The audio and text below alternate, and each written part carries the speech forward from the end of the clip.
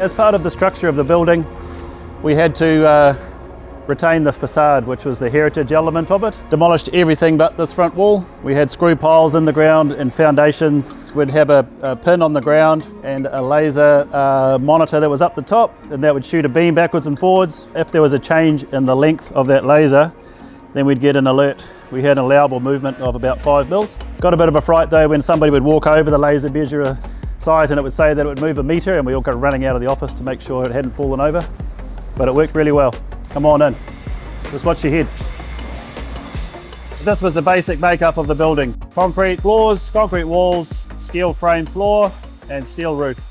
Yeah, g'day, I'm Phil Gallagher, site manager here with Foster Construction on the theatre. My core role early on is in the floors. Now that we're heading down into the basement, this is the main structure of the building, holding everything up above.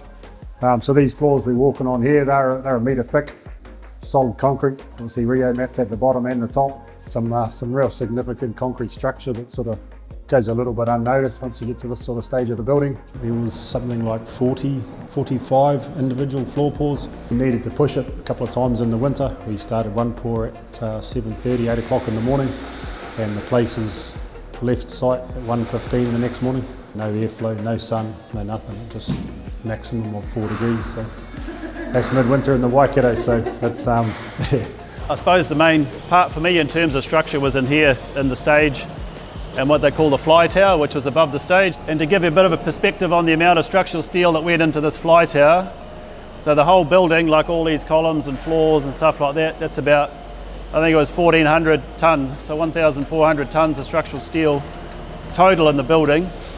And above us here was 800 tonnes. A lot of cross bracing, a lot of large columns, precast like we've got on that other side over there. That's pretty much what buildings are these days. So to have in situ walls like this is not really something that is done a lot anymore. Stu Miller, site manager with Foster Construction. And you love walls. And I love walls, yes. You can see different layers within the concrete, like through here. So you bring the concrete up, you'll do a complete run across the wall, you'll vibrate that, and then you'll do another run which might be up around here, and then you'll vibrate, knit the two together, so you build it up.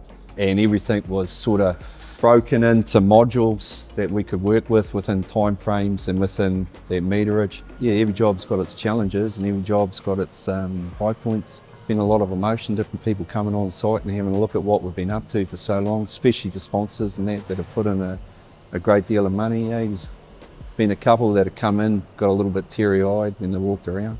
I think I've got a tear in my eye, but that's just my eyes. Yeah.